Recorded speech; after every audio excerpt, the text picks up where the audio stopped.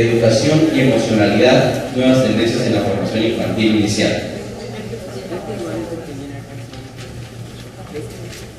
De todos los desafíos que hemos visto, y veía desde el doctor Ospina que estuvo ayer, entonces el docente de preescolar y la docente de preescolar deben saber neurodesarrollo. Y Teresa nos dice, debe saber matemática. Y Claudia debe saber español y literatura. Y después Mónica, que debe saber de TDAH, y María Luisa, que debe saber manejar niños Zoom. Y hoy entonces nos dice también Diana que debemos ser unos maestros desafiantes, que eduquemos en lo emocional, en lo cognitivo, en lo ciudadano. Debemos saber también de género, y aquí rematando, debemos saber de emocionalidad. Entonces, somos unos maestros que tenemos miles de desafíos. Y somos los maestros en educación inicial los que de pronto vamos a tomar muchos de esos elementos y en todas las anotaciones que tenemos para poder aprender a manejar cada vez con mayor acierto a nuestros estudiantes y poderlos orientar en un proceso de crecimiento. Estos tres desafíos son globalizantes. Uno primero es el que ustedes, esos tres los tienen ahí en el resumen que le dio Marisol. El manejo, entendimiento, clasificación, control de la información. Miren, los chicos llegan a la información, y yo que tengo un chico de este estilo, a la información llegan en patadas. Y uno todavía coloca una tarea, investiguen sobre qué es la adverbia. No, eso es un segundo, porque si quieres lo busco una vez aquí en iPad. Pero ellos tienen el acceso, nosotros tenemos la comprensión de la información. Ese es nuestro papel. Entonces, este desafío, ¿por qué lo digo? Mientras Adriana me colabora colocando este video, yo les voy hablando rápidamente, el video es solamente para que lo vayan mirando mientras yo voy exponiendo esa parte. Dale a ejecutar ahí. Las conferencias que mostró Diana son para gente ya muy especializada. Este niño fue invitado a conferencias TED, tiene 12 años. Y el muchacho empieza a hablarle al público en menos de 15 minutos lo que él está haciendo en su colegio. ¿Qué hace este muchacho? Crea aplicaciones para iPad, iPod y todo lo que termine en I y en D. Y él expone que hizo un grupo dentro del colegio, el club de las aplicaciones para Android, para los instrumentos que ellos manejan. Y utilizó elementos como la Tierra, pero utilizó un elemento allá de pronto no se ve mucho, que es Justin Bieber. Denle masazos a Justin Bieber, es un juego. Porque él se dio cuenta que en su contexto había muchas niñas y niños que les gustaba mucho Justin Bieber. Y después los papás le colaboraron en darle acceso a un portal que tienen los chicos para hacer aplicaciones y se vende como pan caliente. Y él dice en su discurso también que lamentablemente, lo dice con pena, nosotros sabemos un poquito más que los maestros de esto, y el público se le ríe, porque en realidad a veces este manejo nosotros nos estamos quedando. Es decir, y no es un estudiante brillante, inclusive no se llama Michael, ni se llama John, ni Steve, se llama Tomás Suárez, un chino de Los Ángeles. Entonces nosotros podemos tener muchos chicos acá de esta manera que nos van a mostrar que el mundo va muchísimo más allá, puedes adelantar un poquito más allá para que veamos el desarrollo y miren la competencia comunicativa que tiene ese muchacho. Y pasa las diapositivas y mañana estoy para acá y mira y se ve con el público. Uno se llena de temor aquí para exponer ese pelado está preso. Y no es de una familia tampoco de un alto nivel económico, ¿no? Él dice por ahí, y hay un profesor que me ayuda en el club.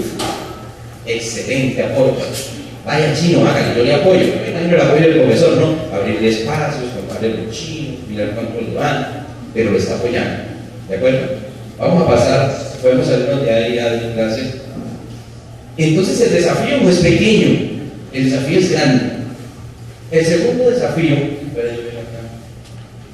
sí, el segundo desafío está allá, que es la proximidad con las personas. Vamos a darle clic aquí, Adri, por favor. y hacemos lo mismo que con el otro video, lo vamos a ir pasando de manera rápida. Quiero mostrarles una actividad que se hace en Bogotá, se llama el madrugón en la plaza de San Victorino. Podemos correr por ahí hacia hasta la mitad de la avenida.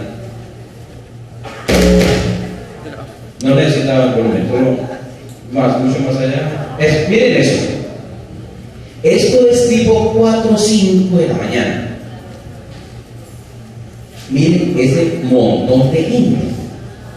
Es increíble, casi toda Bogotá se mete en San Victorino. Más próximo me puede causar mal, pero también me puede causar mucho bien y debo empezar a comprenderlo. Ustedes saben que hay personas psicológicamente que sufren de esa hipersensibilidad y si tiene mucha gente cerca puede reaccionar.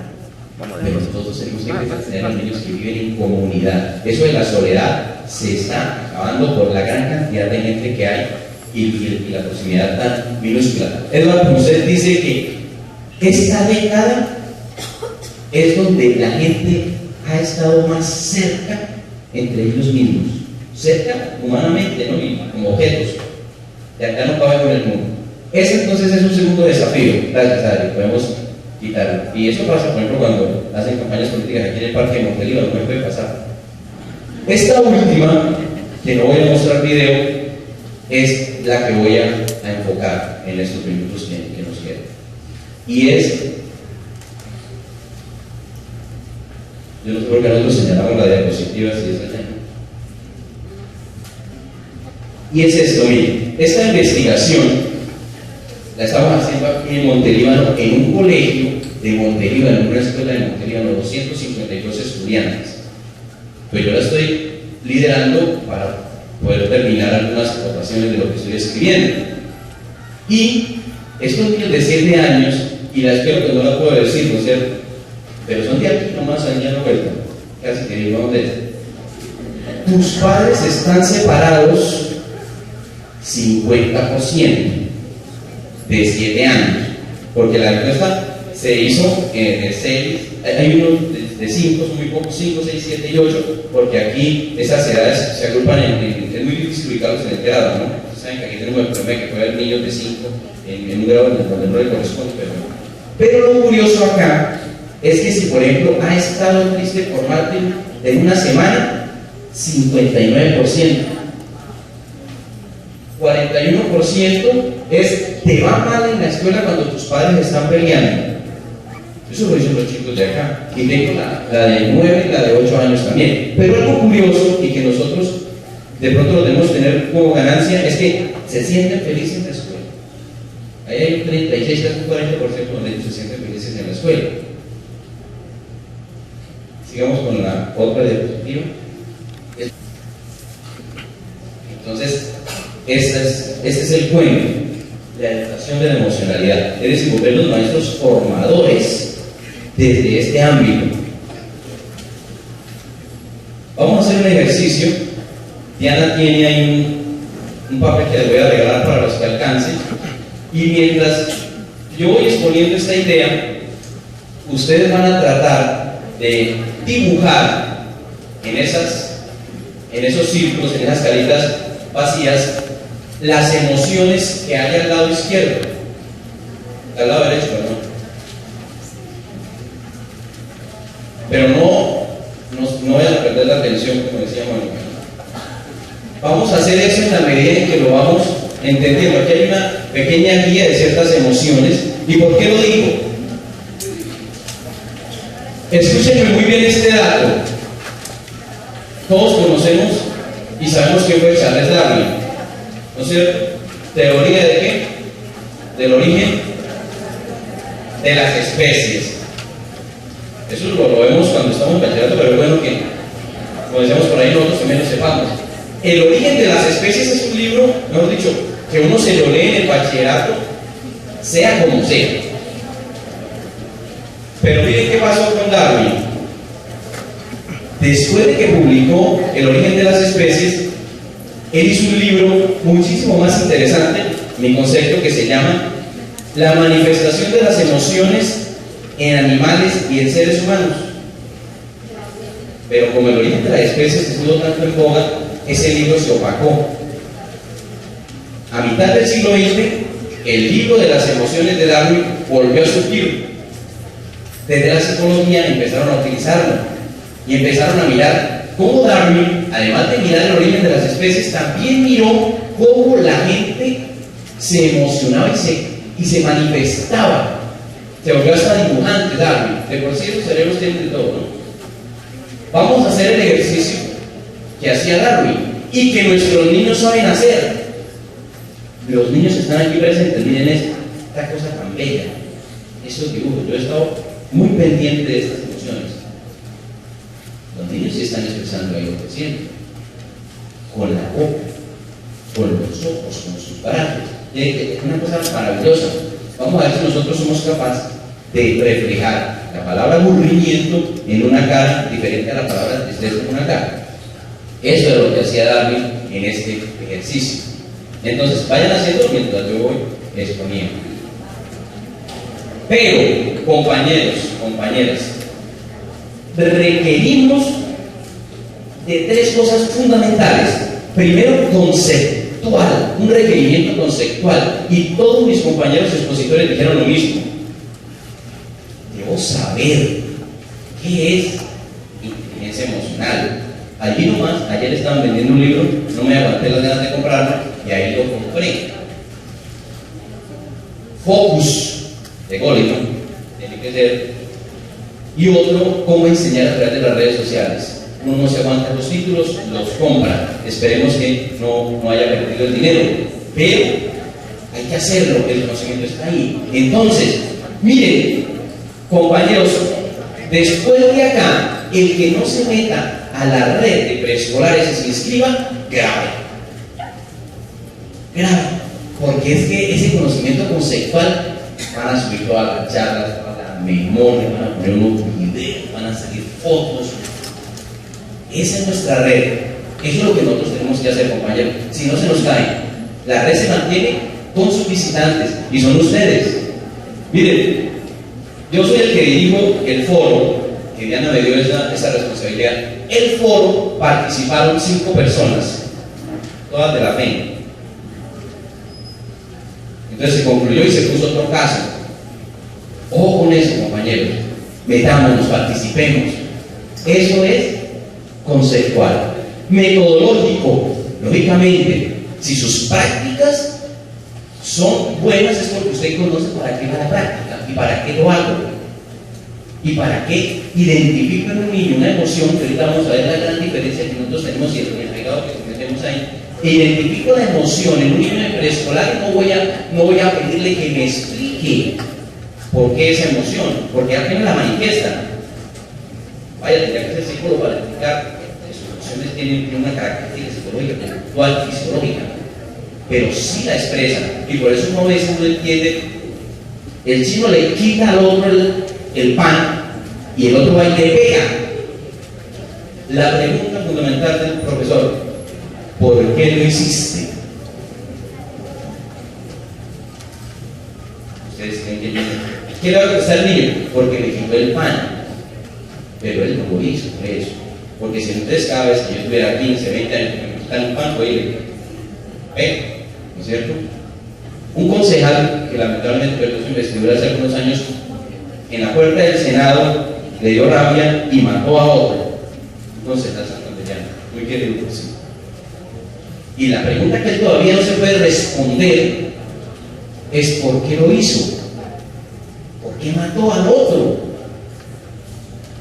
Miren esa cosa tan delicada. Entonces, no evolucionó esa persona en la gestión de su emoción. Y la última es actitudinal.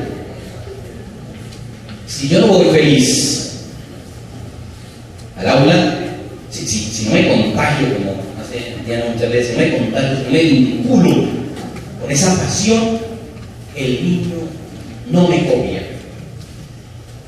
Mi gesto, mis emociones, el sentarme en el piso, esas cosas, esas actitudes, el niño se convence. Hombre, la profe, vamos al paseo, vamos con la profe y la profe está feliz. Que la abracen así, que una foto suya no salga sola, salga con muchos niños.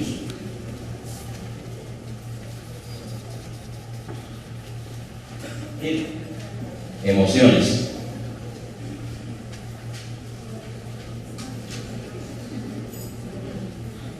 Y a veces pensamos que nosotros les ponemos apodos a esto: pataleta, chino consentido, orgulloso, hiperactivo, está inatento, decir una comida. Pero si nosotros estudiamos, conceptualizamos, hay una cierta manifestación de la vida que me preocupa. Este niño, ¿será que hay algo en la casa que puede estar ocurriendo? Y en fin, y eso hace que nuestro discurso también sea escuchado, que cambien esos métodos, que cambien esas apreciaciones que nosotros hacemos de los niños. ¿Y cómo lo aprende uno? En el cotidiano. Pero, y una palabra que he escuchado aquí en todas las exposiciones: documentando. Charles Darwin escribió todo eso porque documentó. Imagínense en ese tipo, en el barco, yo no sé qué viajaría, con un poco de papel y un poco de papel y anotando. Y los dibujos que hace Charles Darwin de las caras, yo no sé, quisiera que tenía muchos asesores, pero también dibujaba muy bien. Nosotros ya tenemos esta ayuda, entonces no tenemos sino que tabular. Esta es la diapositiva que yo quiero que ustedes se la metan acá en la mente y en su corazón. Y por eso la exigencia de que nos pulamos en nuestros discursos. Miren,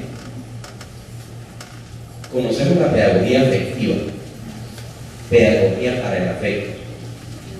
Miguel de Zubiri es un maestro en eso.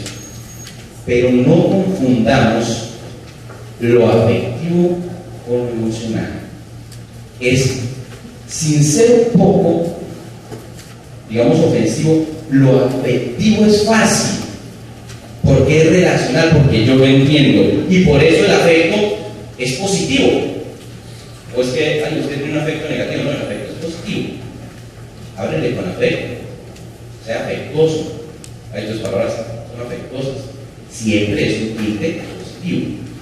Y es relacional, es decir, yo lo entiendo. Yo entiendo porque estoy brindando afecto.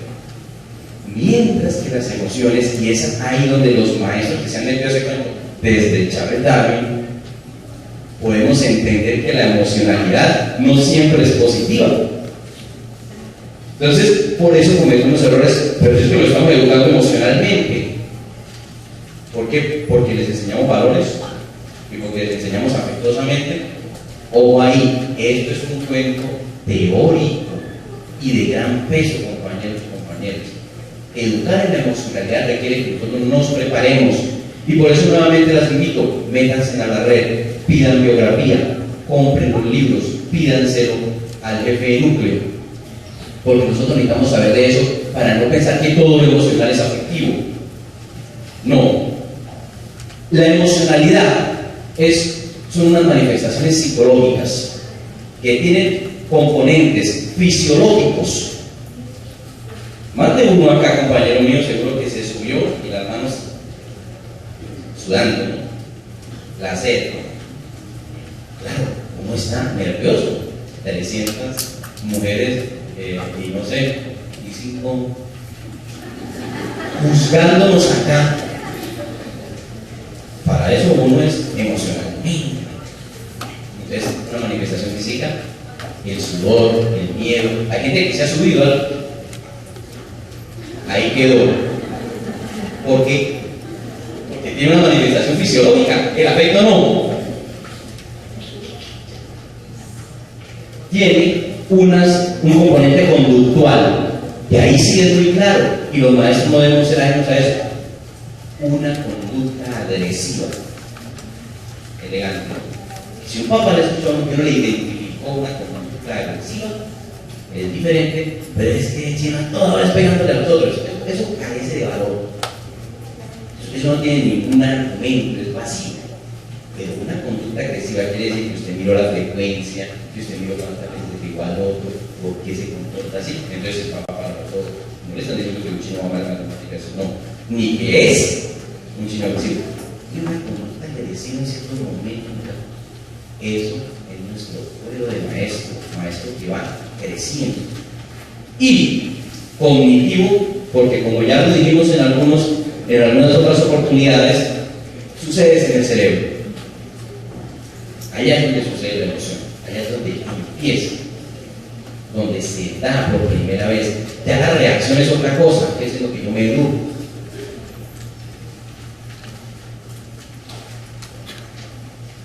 Este Señor es una belleza.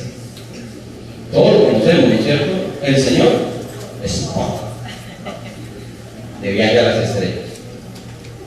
Este tipo venía de una generación por allá vulcaniana, pero era el tipo más inteligente. Pero este berraco no tenía emociones. Los vulcanianos no tenían emociones. Entonces, era el intelecto, pero y se creía, y se oímos así, de otra cara del Señor es no recordamos.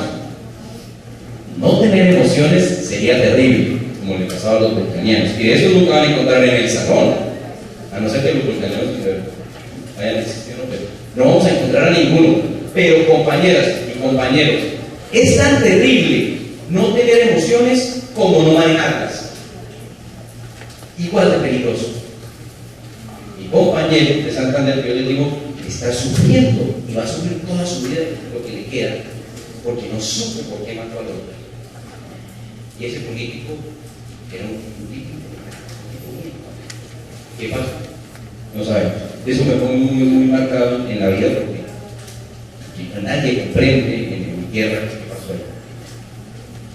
Entonces, precisamente, ahí hicimos como estas imágenes, las encuentran en Wikipedia, son muy bonitas.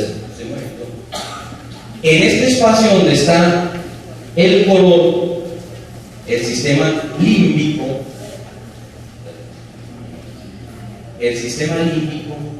que ahorita se está revaluando si se llama sistema límbico o no, o cráneo medio, es donde funciona este cuento de las emociones. Allá debajito, terminando allá en la médula. Y la amígdala es un órgano que ayuda a que los aprendizajes se establezcan por mayor fuerza en la memoria, pero sí se vuelven agradables. La amígdala no es en sí la que da la riqueza de la memoria, pero sí que ayuda a que eso se quede. Y en los niños de preescolar es para que se vayan en el tiempo, es decir, que esa emoción, esa gestión le dure. De pronto algunos no sabíamos eso, ¿no es cierto? Pero entonces cuando yo sé que le estoy dando no solo afecto, sino que le estoy diciendo que tu rabia es como mala ahí, no explicarle, ¿no? Porque no es el abarateo, pero sí, mira, eso es un mal, es decir, decir no, el concepto moral. Con eso, nosotros ya estamos manejando emociones. Pero no hacer preguntas que él todavía no las comprende, es decir, no puede. Si todavía hay algunos que, como digo, estamos tan igual, pero ¿por qué te separaste de ella? No sé. Cuando no sabemos es porque nuestra gestión de emociones decae. ¿De acuerdo? Y la preescolaridad. Aquí vamos a centrarlo como en las estrategias y como en lo que debemos saber, nosotros como educadores en educación inicial. Las emociones en los niños de primera infancia, de edad preescolar, son también emocionales. Las primeras emociones, las que llamamos emociones básicas, con las que el niño sale del vientre: miedo, rabia, alegría y tranquilidad. Con ese paquete ya viene el niño. Él sale del vientre. ¿Y por qué llora? Porque me separaron de la mamá y es un constructo del espacio y se dio cuenta que no estaba donde estaba y lloró. No, él llora porque sale de una zona de confort y siente miedo, rabia. Y esto es rápido que el pediatra lo coge, lo baña, lo pone la mamá y aparecen las otras dos.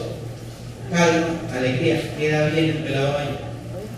Con eso nace uno. Muchos autores dicen, y cuando ustedes empiecen esta lectura sobre la educación emocional, que es tan bella, muchos autores dicen, entre esos Eduardo Punset, que estamos hechos y hemos nacido para ser felices. El medio, las circunstancias, la familia pueden influir y dice el cambio contextual, pero nacemos para ser felices. Con esas emociones básicas, pero de esas emociones, ahorita en un cuadro que vamos a ver, llevan a otras, positivas, negativas. Y ese es el estudio que nosotros tenemos que hacer. Aquí son indicios. Eso son indicios y por eso, compañeros, no las van a comprender. La pregunta, ¿por qué lo hiciste?, es errada. Simplemente digan que estuvo mal o que estuvo bien. ¿Por qué no te quieres entrar al salón? Bueno, le va a decir que no quiere, profe. Mira, está muy mal que no entres al salón, porque mira, te vas a perder esto, ¿no es cierto? Y lo vamos, no podemos hablar de un diálogo conceptual con el niño, porque muestra sus emociones, lo tiene con ellas. Segundo, la comprensión de los estados emocionales evoluciona, es decir, que ahí no se va a quedar, y por eso nosotros en nuestras especializaciones, nos dedicamos a identificar trastornos de la ansiedad y del comportamiento, porque como no evolucionó la emoción, pues se convierte en un trastorno de ansiedad por separación, por ejemplo, un trastorno de ansiedad generalizado. Pero para eso están los psicólogos, ¿no es cierto?, para que identifiquemos esas condiciones ya, que son más teóricas, y cuáles son sus características. En el preescolar, y lo mismo lo decía Mónica con el TDAH, en el preescolar hay que empezar a indagar, pero que no se presente, lógicamente que no, porque no tenemos niños como Spock. Cuando el niño ya va en primaria, 12 años, 14 años, y su control de la rabia todavía por quitarle el pan es la misma, ahí sí, fijémonos qué pasa. La pataleta es propia del niño, pero no propia del preadolescente. Y por eso nosotros debemos estudiar. Evoluciona. Por eso nosotros ya de adultos entendemos, ahorita que yo sé que hay muchos cansados, pero que tal que alguno de ustedes se pare, pero ¿cuándo va a terminar? ¿Cierto? No lo vamos a hacer, aquí lo estemos pensando. El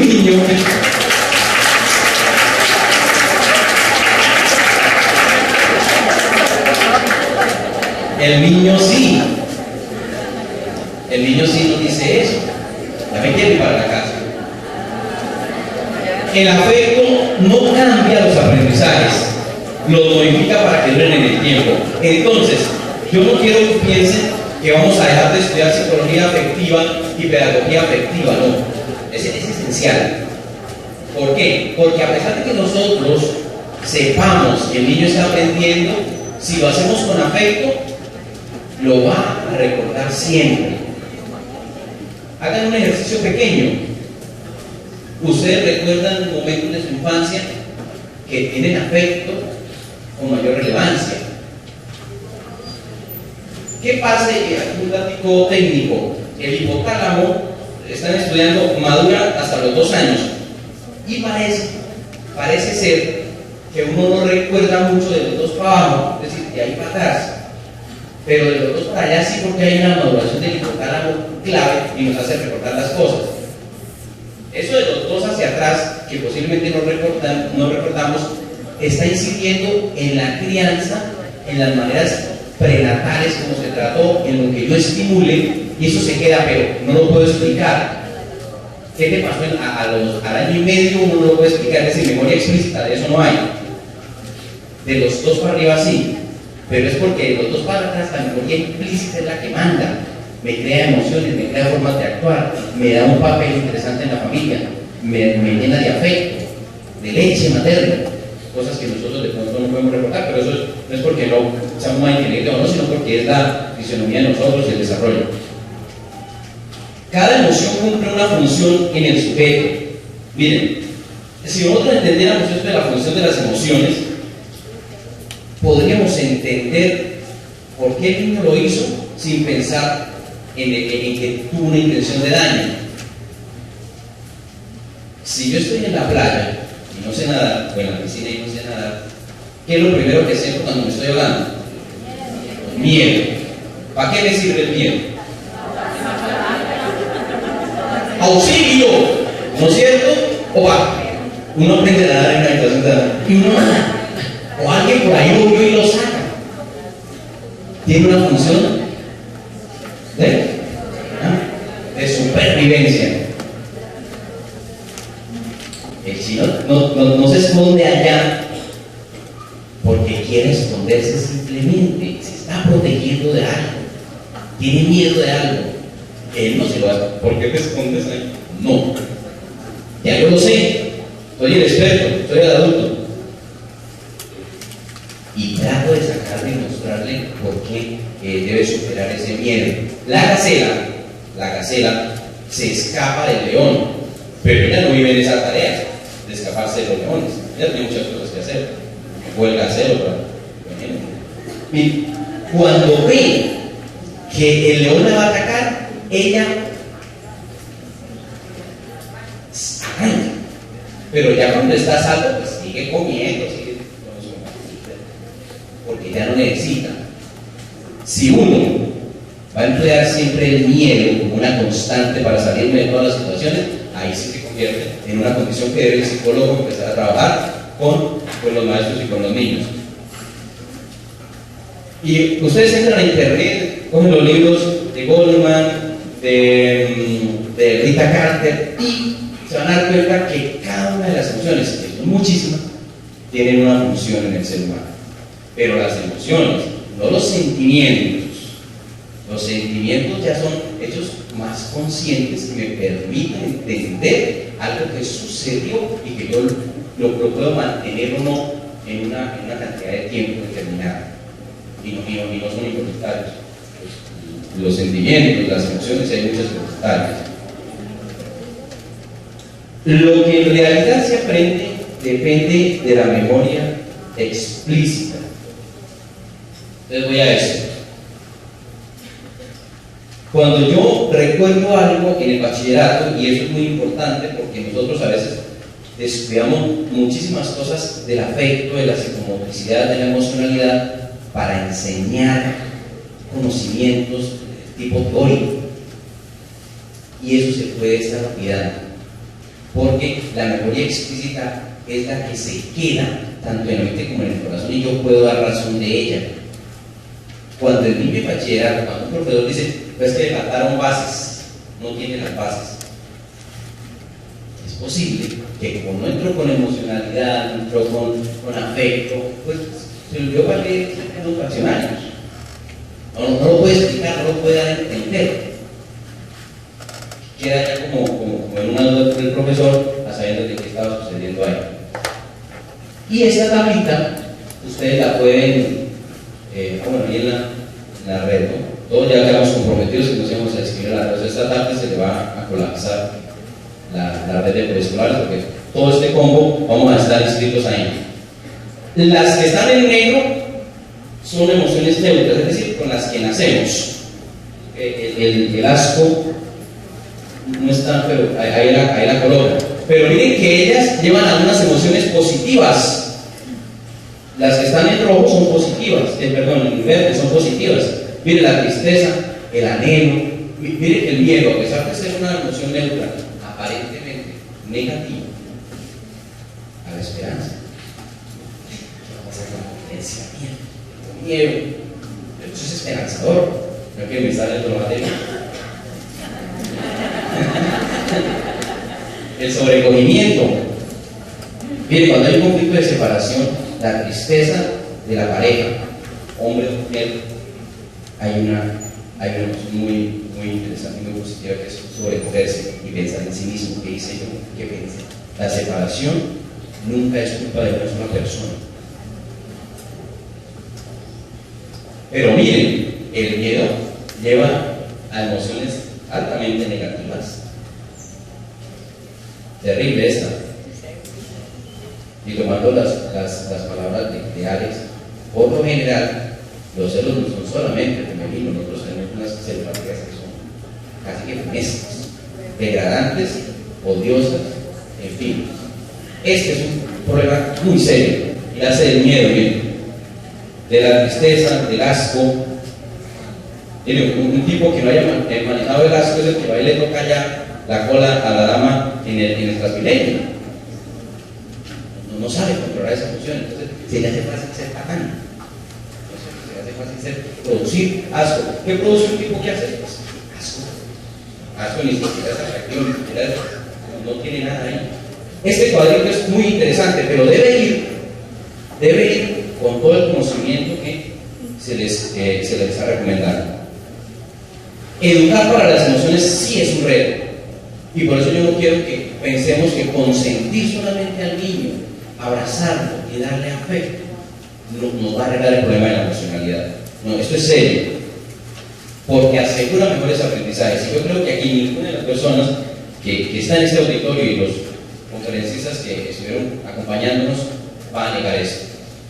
Ya a estas alturas de nuestro siglo sabemos que la emocionalidad asegura mejor el aprendizaje. ¿Y qué se logra? Además de los mejores aprendizajes, se logra la convivencia armónica.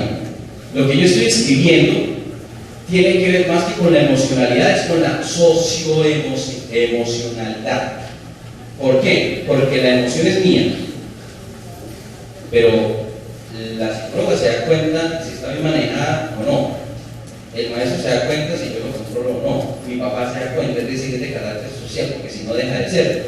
Que yo a mucha gente le digo que saca usted con tener tanto dinero si lo tiene guardado. ¿Qué saca usted teniendo, uy, yo hubiera podido dar esa charla? Si tiene acá metido. No.